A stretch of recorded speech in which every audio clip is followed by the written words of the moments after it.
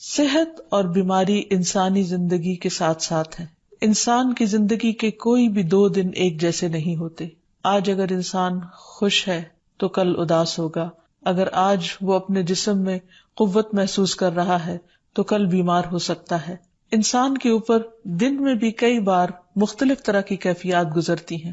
کبھی انسان روحانی طور پر، جذباتی طور پر بیمار ہوتا ہے اور کبھی انسان جسمانی طور پر بیمار ہو جاتا ہے. بیماری کی کیفیت صحت کی کیفیت سے مختلف ہوتی ہے اور ہر انسان اس کو محسوس کر سکتا ہے. ایسی صورت میں انسان کو دوا کے ساتھ ساتھ اللہ سبحانہ وتعالیٰ کی طرف رجوع کرنا چاہیے اور اپنے لیے خوب خوب دعائیں کرنی چاہیے. بعض اوقات بیمار خود اپنے لیے دعا نہیں کر سکتا تو بیمار کی عیادت کرنے والے اور بیمار کو دیکھنے والے، اس کے دوست، رشتہ دار، عزیز، اقربا اور ایون ہسپتال کا عملہ مریض کے لیے ایسی دعائیں پڑھ سکتا ہے جو اس کے لیے شفا یابی کا ذریعہ ہو سکتی ہیں. تو بات یہ ہے کہ انسان ہر حال میں اپنے رب کا محتاج ہے اور اسے اپنی ہر ضرورت کے لیے اپنے رب کی طرف رجوع کرنا چاہیے، اور خصوصاً قبولیت کے مواقع پر رات کا پچھلا پہر اس کے لیے بہت مناسب ہے، جب اللہ سبحانہ وتعالیٰ بندوں کو پکارتے ہیں کہ ہے کوئی جو مجھ سے دعا کرے تو میں اس کی دعا قبول کر لوں، ہے کوئی جو مجھ سے سوال کرے تو میں اس کو جواب دوں، ہے کوئی جو مجھ سے استغفار کرے تو میں اس کو بخش دوں.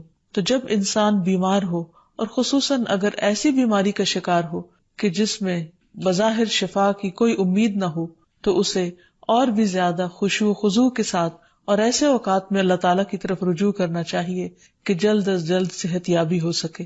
اور اس سلسلے میں کبھی بھی انسان کو اللہ تعالیٰ سے مایوس نہیں ہونا چاہیے.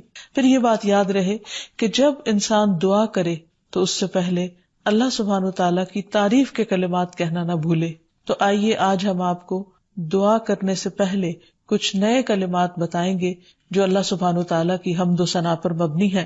ربنا لک الحمد ملء السماوات والارض وملء ما شئت من شيء بعد اهل الثناء والمجد احق ما قال العبد وكلنا لك عبد اللهم لا مانع لما اعطيت ولا معطي لما منعت ولا ينفع ذا الجد منك الجد. اے ہمارے رب، تمام تعریفیں تیرے ہی لیے ہیں جن سے آسمان اور زمین بھر جائیں، اور اس کے بعد جو تو چاہے وہ بھی اس سے بھر جائے. تو ہی تعریف اور بزرگی کے لائق ہے. بندے جو کہتے ہیں تو ان کا سب سے زیادہ حقدار تو ہے، اور ہم سب تیرے بندے ہیں. اے اللہ، جسے تو عطا کرنا چاہے اس سے کوئی روک نہیں سکتا، اور جسے تو نہ دینا چاہے اسے کوئی دے نہیں سکتا، اور کسی مرتبے والے کی بزرگی تیرے سامنے کوئی فائدہ نہیں دے سکتی. یعنی اللہ سبحانہ وتعالیٰ کے علاوہ کوئی بھی اور ایسا نہیں ہو سکتا جو انسان کی مشکل کو آسان کر سکے. تو آئیے اس کے ساتھ ہم دیکھتے ہیں کہ بیماری کے اسباب کیا ہوتے ہیں، بیماریاں کیوں آتی ہیں. سب سے پہلی بات تو یہ کہ بیماری اللہ کے اذن سے آتی ہے. جب تک اللہ سبحانہ وتعالیٰ کا اذن نہ ہو انسان پر کوئی کسی قسم کی مشکل آ نہیں سکتی. قرآن مجید میں آتا ہے ما اصاب من مصیبت الا باذن اللہ. جو بھی مصیبت آتی ہے وہ اللہ کے اذن سے آتی ہے اور وہ تقدیر کا حصہ ہوتی ہے، اور اس میں اللہ سبحانہ وتعالیٰ کی حکمت اور مشیت کار فرما ہوتی ہے. اور وہ کیا ہو سکتی ہے؟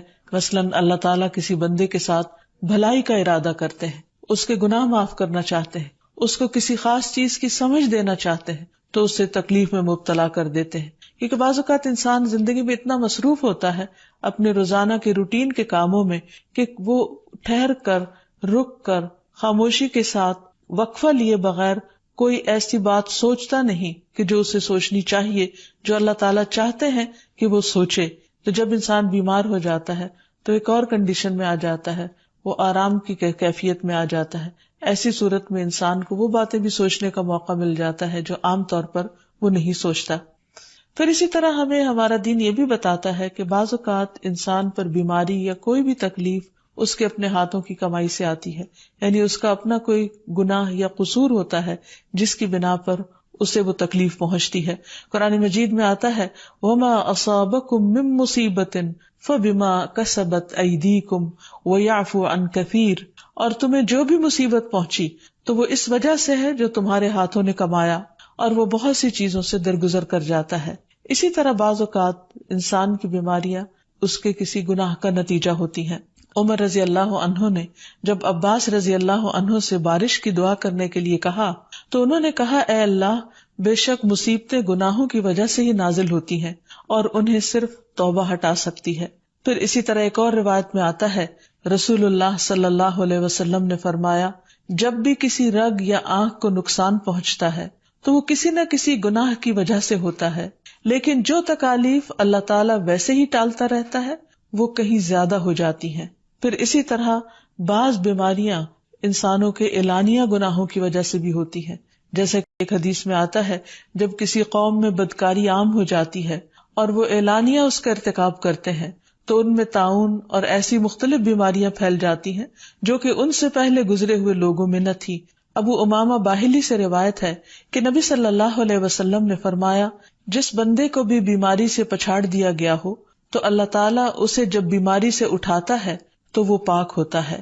تو یہ ایک حقیقت ہے کہ انسان کے گناہ اس کے لیے مشکلات کا سبب بنتے ہیں۔ امام ابن القیم الجوزیہ لکھتے ہیں، ان کی ایک مشہور کتاب ہے الداء والدواء، بیماریاں اور علاج، اس میں وہ کہتے ہیں کہ کوئی بھی گناہ ایسا نہیں کہ جس کے اثرات نہ ہوں۔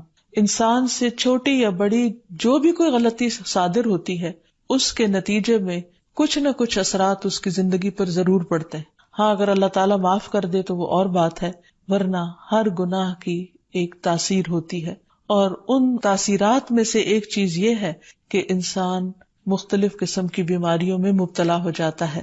اسی لیے ہم دیکھتے ہیں کہ جب انسان بیماری میں مبتلا ہوتا ہے تو اللہ تعالیٰ اس بیماری کو اس کے گناہوں کا کفارہ بنا دیتے ہیں۔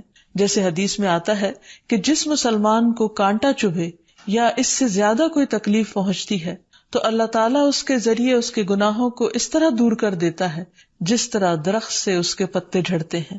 تو اس سے ہمیں یہ پتہ چلتا ہے کہ بیماریوں کے آنے کے مختلف اسباب ہوتے ہیں۔ بیماری بہرحال جس بھی وجہ سے آئے، لیکن اصل چیز دیکھنے کی یہ ہے کہ مومن کا رویہ کیا ہے۔ مومن کو اگر کوئی کانٹا بھی چبھتا ہے تو وہ اس پر صبر کرتا ہے۔ اس لیے بیماری یا تکلیف کے آنے پر انسان کو اللہ سے راضی رہنا چاہیے، شکوہ نہیں کرنا چاہیے، کیونکہ جو اللہ سے راضی ہو جاتا ہے کسی آزمائش پر، اللہ تعالیٰ بھی اس سے راضی ہو جاتا ہے۔ پھر اسی طرح اللہ تعالیٰ کا شکر ادا کرنا چاہیے، کیونکہ بیماری اس سے زیادہ شدید بھی ہو سکتی تھی، لہٰذا انسان کو اللہ تعالیٰ جس حال میں رکھے انسان اس پر شکر گزار رہے۔ پھر یہ کہ انسان کسی بھی بیماری میں کسی بھی قسم کی ہو اور زندگی کے کسی بھی حصے میں ہو، اس میں مایوس نہ ہو، پر امید رہے کہ بیماری دور ہو جائے گی۔ پھر اسی طرح اگر بیماری طول پکڑ جائے تو انسان کو گھبرانا نہیں چاہیے، کیونکہ ہر گزرنے والا لمحہ انسان کے درجات میں اضافے کا سبب بنتا ہے اور اس کے گناہ مسلسل جھڑتے چلے جاتے ہیں حتیٰ کہ انسان بالکل پاک صاف ہو جاتا ہے۔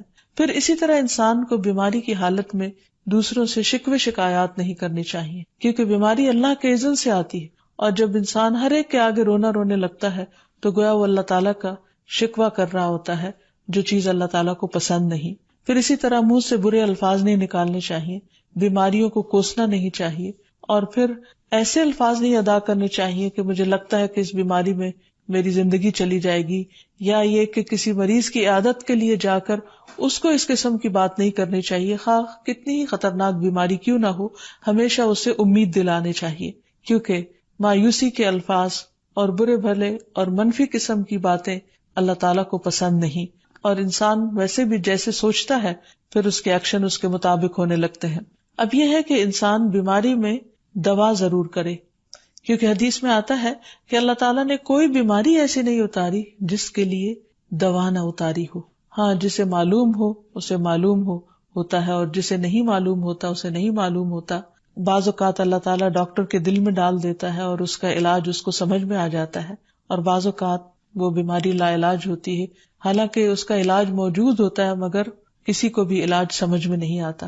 بہرحال نوعیت کچھ بھی ہو تو علاج ضرور کراتے رہنا چاہیے، اور کبھی مایوس نہیں ہونا چاہیے کہ اس بیماری کا علاج ہو نہیں سکتا، نہیں، ایک کے بعد ایک کوشش انسان کرتا رہے، اور جب اللہ کا اذن ہوگا بیماری دور ہو جائے گی۔ اور اس کے ساتھ ساتھ انسان یہ بھی یقین رکھے کہ شفا اللہ کے ہاتھ میں ہے، کسی ڈاکٹر کے ہاتھ میں نہیں، کسی انسان کے ہاتھ میں نہیں، کیونکہ جب تک اللہ کا اذن نہ ہو شفا نہیں ہو سکتی۔ خواہ کوئی کتنا بھی بڑا ڈاکٹر کیوں نہ ہو. اسی لیے نبی صلی اللہ علیہ وسلم کی دعاؤں کے آخر میں آتا ہے کہ لا شفا الا شفاؤک، کوئی شفا نہیں مگر تیری ہی شفا، یعنی جو اللہ سبحانہ وتعالی اپنے بندے کو شفا عطا کرے.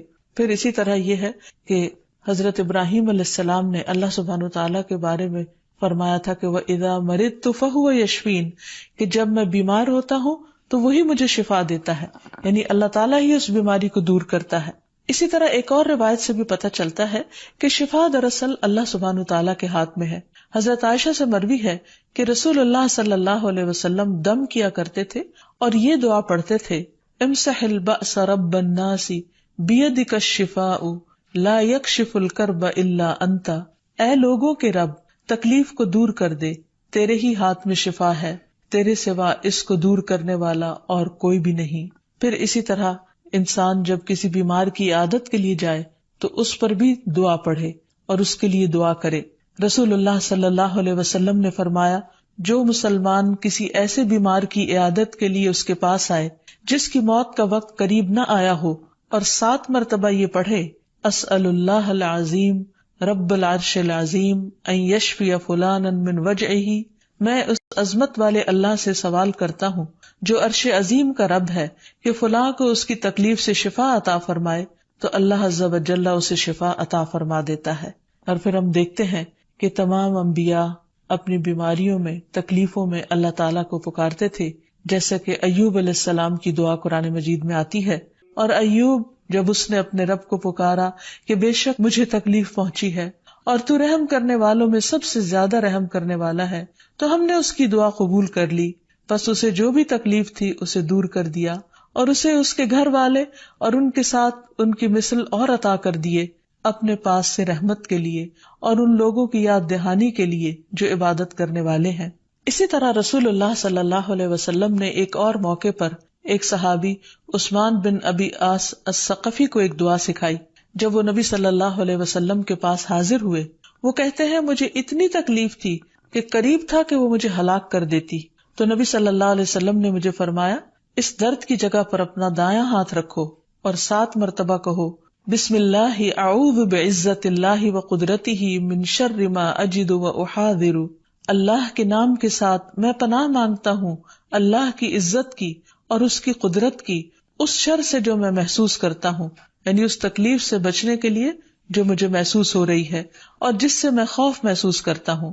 عثمان کہتے ہیں کہ جب میں نے یہ پڑھا تو اللہ سبحانہ وتعالیٰ نے مجھے شفا عطا کر دی. پھر اسی طرح ہر بیماری سے شفا کی دعا نبی صلی اللہ علیہ وسلم نے سکھائی. عبداللہ بن عباس سے مروی ہے کہ نبی اکرم صلی اللہ علیہ وسلم نے فرمایا جب کوئی شخص کسی ایسے مریض کی عیادت کرے جس کی موت کا وقت ابھی قریب نہ آیا ہو اور اس کے پاس 7 مرتبہ یہ دعا پڑھے اسأل اللہ العظیم رب العرش العظیم ان یشفیک، میں عظمت والے اللہ جو عرش عظیم کا رب ہے اس سے دعا کرتا ہوں کہ وہ تمہیں شفا عطا کرے، تو اللہ تعالیٰ اسے اس مرض سے شفا عطا کر دے گا. پھر اسی طرح نبی صلی اللہ علیہ وسلم اگر کسی کو کوئی پھوڑا بنسی ہوتی تو اپنے لعاب دہن کے ساتھ زمین کی مٹی تھوڑی سی لے کر اس درد تکلیف والی جگہ پر لگاتے تو اس سے بھی شفا ہوتی.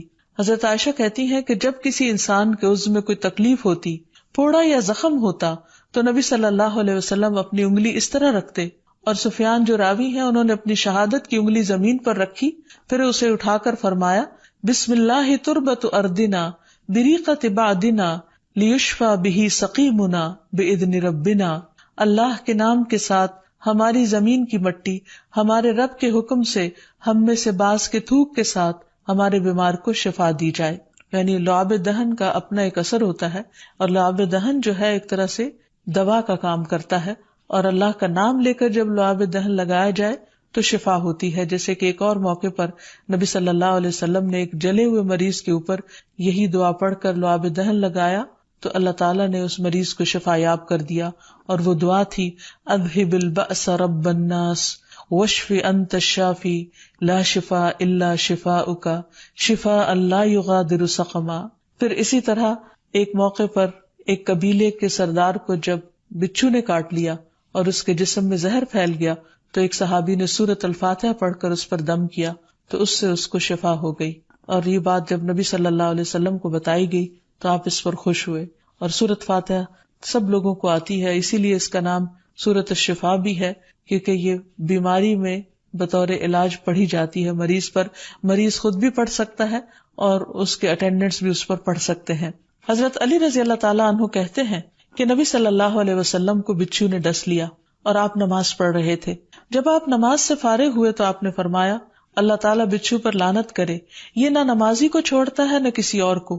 پھر آپ نے پانی اور نمک منگوایا، آپ اس پر ملتے جا رہے تھے اور یہ صورتیں پڑھ رہے تھے، قل یا ایھا الکافرون وقل اعوذ برب الفلق اور قل اعوذ برب الناس. تو یہ بھی ایسے مواقع پر پڑھی جا سکتی ہیں. پھر اسی طرح یہ ہے کہ اگر کسی بھی دوا یا دعا سے مریض صحت یاب نہ ہو رہا ہو، اس کی تکلیف کم نہ ہو رہی ہو، تو بھی موت نہیں مانگنی چاہیے، کیونکہ مومن کے لیے زندگی ایک بہت بڑی نعمت ہے. وہ جس بھی حال میں گزرے، بہرحال وہ اسے آخرت کمانے کا ذریعہ بنا سکتا ہے. یعنی اگر وہ تکلیف میں اس کی زندگی گزر رہی ہے اور اس پر وہ صبر کر رہا ہے اور اللہ کو یاد کر رہا ہے، تو اس کے بے پناہ درجات بلند ہونے کا ذریعہ ہے. یعنی یہ بیماری اس کے لیے بلندی درجات کا ذریعہ بن جاتی ہے. اس لیے کبھی بھی موت نہیں مانگنی چاہیے. ہاں اگر تکلیف حد سے بڑھ جائے تو انسان یہ دعا مانگ سکتا ہے، اللہم احینی ما کانت الحیات خیرا لی وتوفنی اذا کانت الوفات خیرا لی. اے اللہ، جب تک میرے لیے زندگی بہتر ہو مجھے زندہ رکھ، اور جب میرے لیے وفات بہتر ہو تو مجھے وفات دے دے. تو اللہ تعالیٰ سے دعا ہے کہ اللہ تعالیٰ تمام بیماروں کو صحت اور شفا عطا فرمائے اور ہمیں بیماری اور آزمائش کے موقع پر اپنی طرف رجوع کرنے کی توفیق دے اور ہر طرح کے شرک اور ایسے کاموں سے بچائے جو اس کو ناراض کرنے والے. وآخر دعوانا ان الحمد للہ رب العالمین. السلام علیکم ورحمۃ اللہ وبرکاتہ.